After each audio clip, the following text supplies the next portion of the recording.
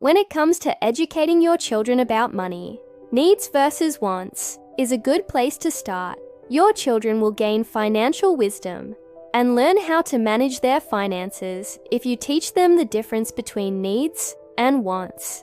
This lesson can be applied to everyday life and will serve them well as they get older. Mom was getting her 2 kids ready for school one day when she handed them each a $5 bill. "Here's $5, she said. "You can spend it however you want." The kids were overjoyed because they had never been given so much money before. They raced out of the house and down the street without even saying thank you. At that moment, Mom realized she had made a mistake by simply giving them the money and not teaching them anything about it. She couldn't help but wonder where her children would spend their money and what they would buy. As a mother, it was her responsibility to teach her children about needs and wants. It was time for her to have a chat with them. As soon as they got home from school, she sat them down and asked, "What did you do with the $5 I gave you?" "I bought myself a toy car," said the older son proudly.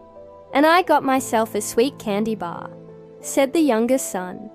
"That sounds nice," said Mom. "But tell me, did you really need those things?" The boys thought about it for a moment. "Well, the candy bar wasn't really necessary, but the toy car was because I didn't have any, and all the other kids at school have one," said the older son. "I see," said Mom. "So you think you needed the toy car?" The older boy nodded his head. "Well, let me ask you something. If you had asked me for the money, would you have used it to buy something you truly needed?" The older son shook his head.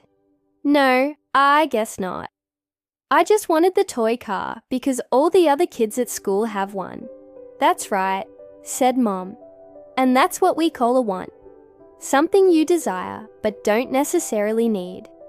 Now, when it comes to buying wants, you have to earn the money yourself, because I won't be giving you money just to buy things you want. Do you understand?" The older son nodded slowly. "Yes, Mom," he said. "But what about the candy bar? Did my brother really need that?" Mom looked at the younger son, who was now hanging his head in shame. "It was my fault," he said quietly. "I didn't ask you for permission. I just took the money and ran off to the store. I'm sorry, Mom." "It's all right," said Mom, putting her arm around her youngest son's shoulder. "We all make mistakes sometimes, but it's important to remember that when you take money without asking, it's stealing, which is wrong." The young boy nodded his head and apologized for his behavior. "I'm sorry, Mom," he said. "I won't do it again." Mom hugged her son tightly. "I know you won't, honey," she said. "Now let's go over this again. You both still have your $5, right?" The boys nodded their heads. "Good," said Mom. "Now let's pretend you each have 100. Would you use it to buy more toys and candy?" The boys looked at each other and shook their heads. "No, Mom," they said in unison. "We wouldn't do that." "That's right," said Mom. "If you really needed something, you would use the money to buy it. You wouldn't waste it on things you only want." Now let's try a different scenario. The boys thought about it for a moment. "I would use it to fix the roof on our treehouse," said the older son. "And I would buy a new bike," said the younger son. "Those sound like great uses for the money," said Mom. "But let me ask you something. If you had $1,000, would you still need the other things I mentioned?"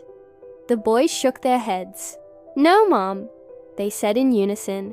"We wouldn't need the other things." "That's right," said Mom. "Needs are things you must have to survive. Wants are things you desire but don't need. And no matter how much money you have, you should never waste it on things you only want. You should always use it wisely to get the most value for your money." The boys nodded their heads in understanding. "I think I understand," said the older son. "Needs are things we must have to survive, like food, clothing, and shelter. Wants are things we desire but don't need, like a toy car or a candy bar." "That's right," said Mom. Now let's put this into practice. Next time you want to buy something, ask yourself, do I really need this, or do I only want it? If you decide you need it, then go ahead and buy it. But if you decide you want it, then find a way to earn the money yourself and buy it with your own hard-earned cash. The boys thought about what their mom had told them and nodded their heads in agreement. "We understand, Mom," they said in unison. Needs are things we must have to survive, and wants are things we desire but do not need. We won't waste our money on things we only want anymore. And we'll always try to earn the money ourselves if we want to buy something we don't need. "That's my boys," said Mom, hugging them both. "I knew you would understand. Now let's go out for ice cream to celebrate. You can each pick whatever flavor you want." The boys were overjoyed. "Thanks, Mom," they said in unison. As they walked to the ice cream parlor, Mom couldn't help but smile at how well her boys had taken to her lesson. She knew that they would remember this lesson for the rest of their lives, and it would help them become financially responsible adults. Mom was proud of her boys for being such quick learners.